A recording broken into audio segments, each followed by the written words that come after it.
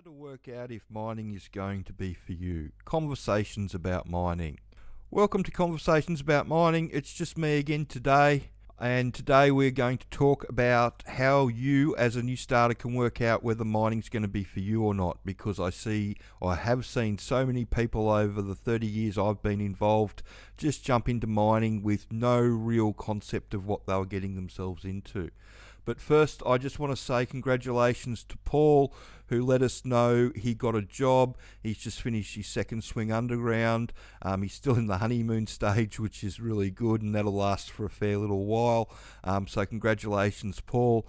But if you want to have a look at his comments on the YouTube channel, one of the members asked him a question and he answered it very honestly and very well, and it just shows you, it illustrates some of the challenges that people have when they're moving into the mining industry that you probably need to know about a little bit more before you jump into it with both feet.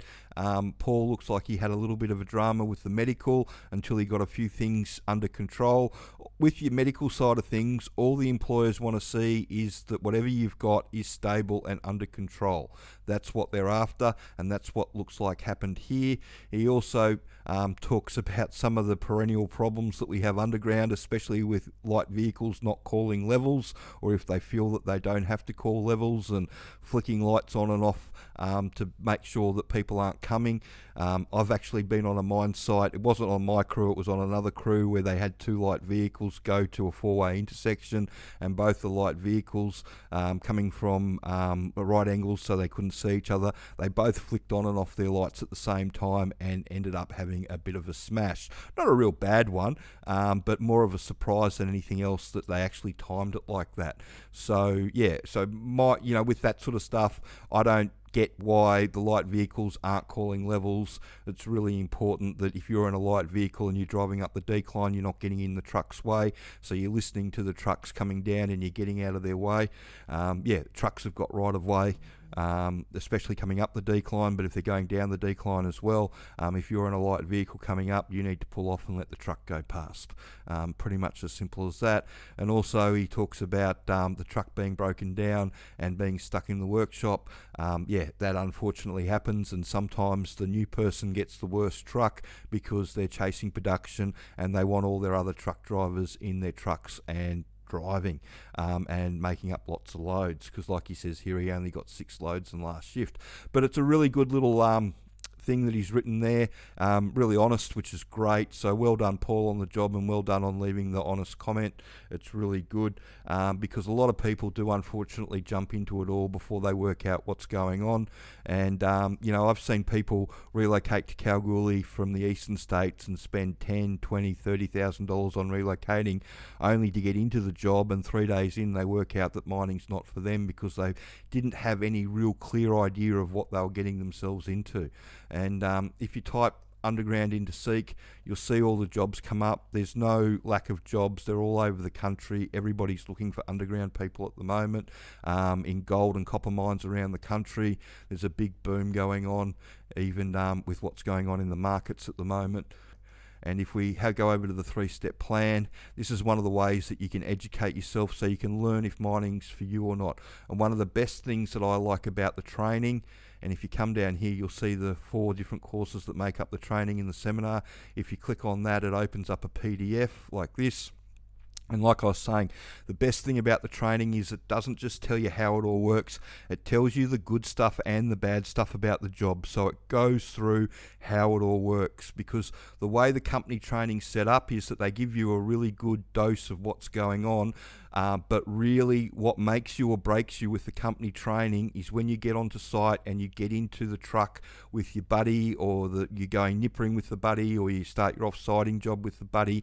It's what the buddy's showing you and the information that buddy's passing on is going to make you and break you. And that's why we put all that information into this training, so you could know the good stuff and the bad stuff about the job before you actually got there. And it's the same with the truck driving. Paul talks in that little blog that he wrote about the positioning of the truck and how sometimes you're turning around blind corners and you've got to stay off the left hand side of the wall. That's all focus points when turning, and it goes through all that in the training here.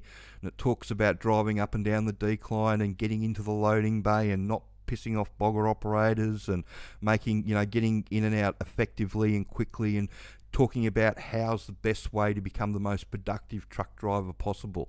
And it gives, like I said, it goes through all the good stuff and the bad stuff. And it's the bad stuff that you need to know, the negative stuff that, like the pressure that's involved in the job, all that sort of wonderful stuff.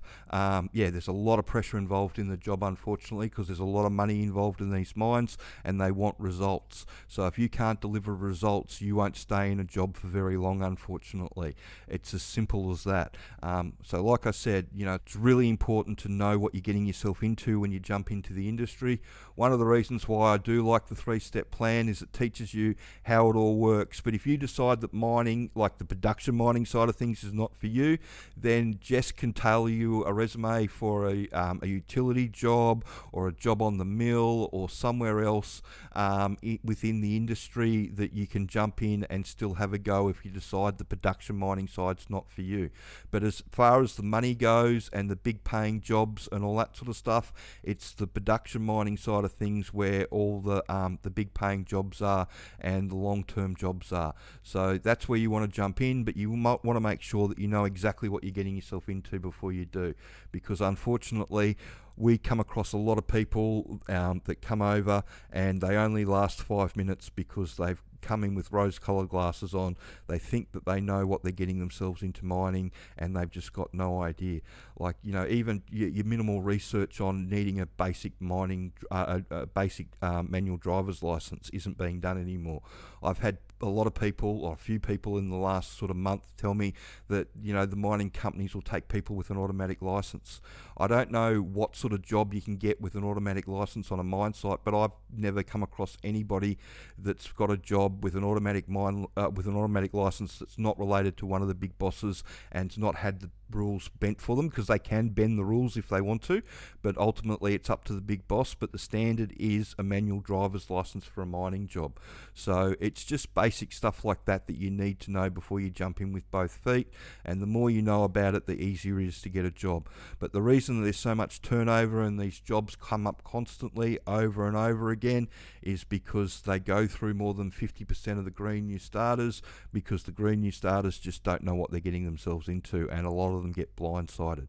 So like I said, the idea behind the training is to make sure that you're not going to be blindsided by anything, that you're going to know all the good stuff and the bad stuff before you go, so you can make an informed decision about whether you still want to do it or not.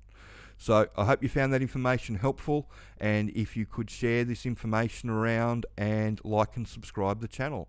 Thanks.